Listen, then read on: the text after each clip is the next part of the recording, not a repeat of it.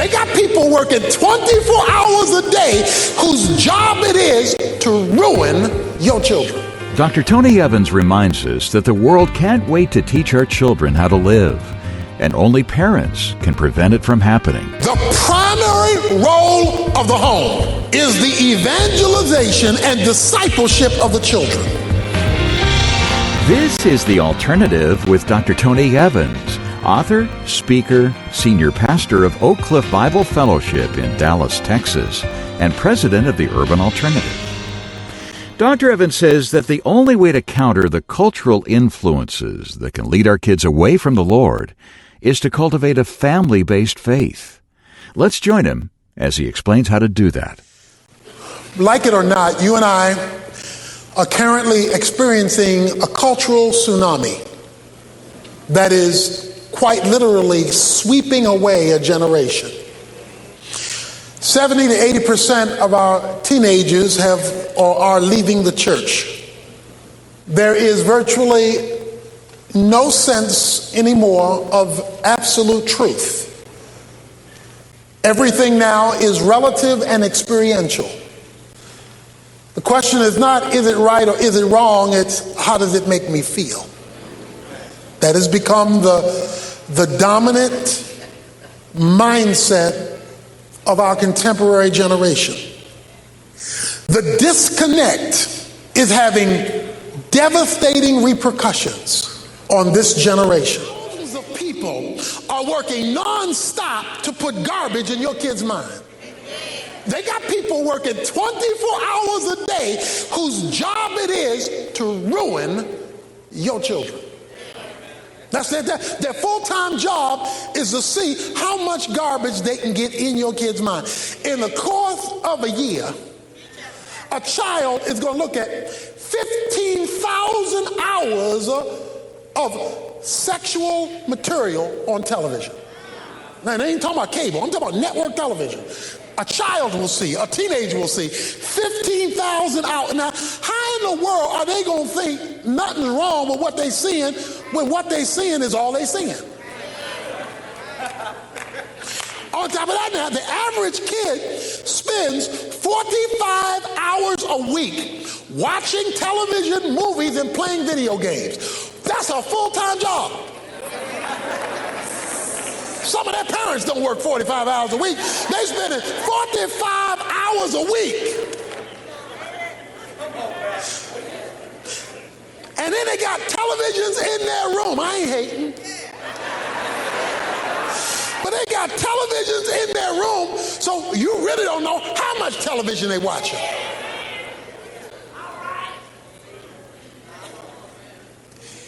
But there's no time to have a family meeting, no time to go over family goals, no time to give family direction, no time to provide spiritual leadership. You can't come to church every Sunday and not have nothing to say. You say, but I don't know how to do the work. No, you don't understand. If you're paying attention, the work has already been done for you. All you got to do is recite it in your home. He says, this is a worldview. Notice, he says, teach them diligently to your sons, verse 7. When you sit in the house, when you walk by the way, when you lie down, when you rise up, bind them on the hands, bind them on the frontals of their forehead. In other words, make it so they running into it all day. That's a worldview where you can't get away from it, because you keep like a pinball machine. Bing, bing, bing, bing. You're running into it all the time. You're running into it. What's wrong with them memorizing a verse a week? If they can remember the lyrics to them hip-hop songs, they can remember one verse a week.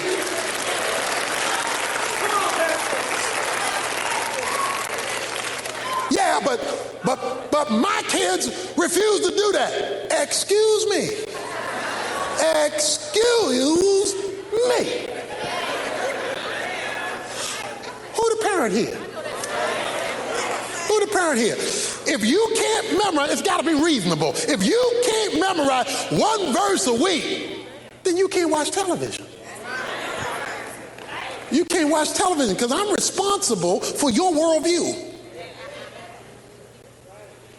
He says, right on the doorpost, have plaques on the wall, right? I mean, have it all over. Play some Christian music in the house sometime. Let them run into this thing all the time, because the culture has them running into their thing all the time. All the time.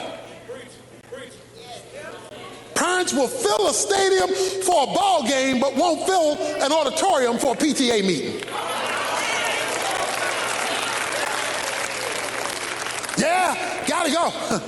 I want him to make the team. I don't care whether he follows the Lord, but he got to make the team.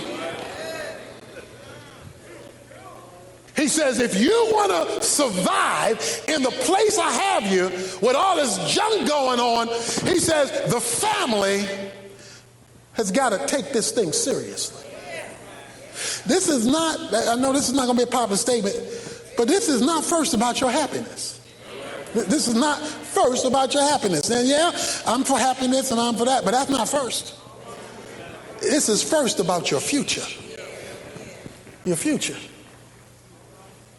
He says, you teach them to love the Lord your God with all your heart, your soul, and your might. Now that's your job. That's your job as parents. Your job as parents is to teach your child a Christian worldview so that God is their point of reference in every area of their life. To not disconnect it. That God is your point of reference at school. That God is your point of reference when you're playing with your friends. That God is your point of reference on your sports team. That God is your point. You teach them to love the Lord your God. Now watch this now. With all your heart. With the passion of your being. Then with all your strength. Parents, how do you relate to a teenager? It's simple. You establish boundaries. These are the boundaries. As long as you stay within the boundaries, you are free.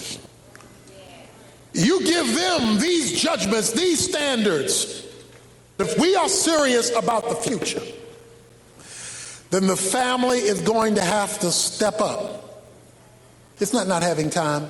It's not making the priority choices that will inconvenience you to take the time. Because the culture has got a whole lot of pseudo mothers and fathers out there ready to raise your kids. The gangbangers will be glad to raise your sons. The perverts will be glad to raise your sons. The abusers will be glad to love on your daughters. Be glad to. So there's a lot of surrogate stuff out there would love to take your place. All you got to do is not be there. It is the responsibility. Moses said, my job is to teach you. Your job is to take it home diligently.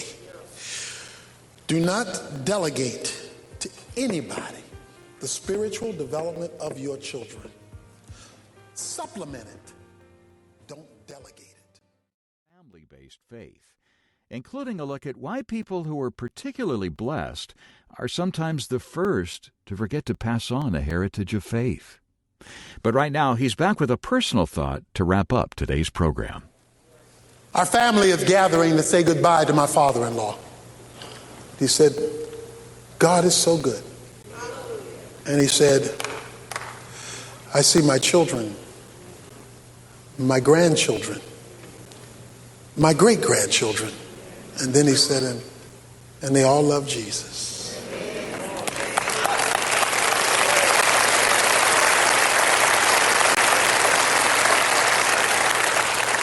He said, I'm not going to fight this.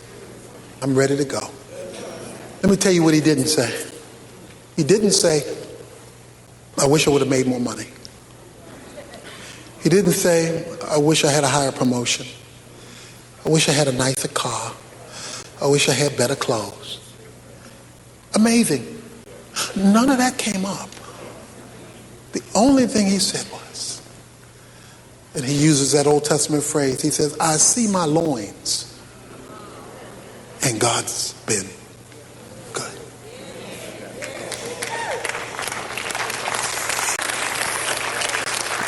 Mother and father, right now, I want to ask you, if God called you home tomorrow, would you look at your family and say, it's all good?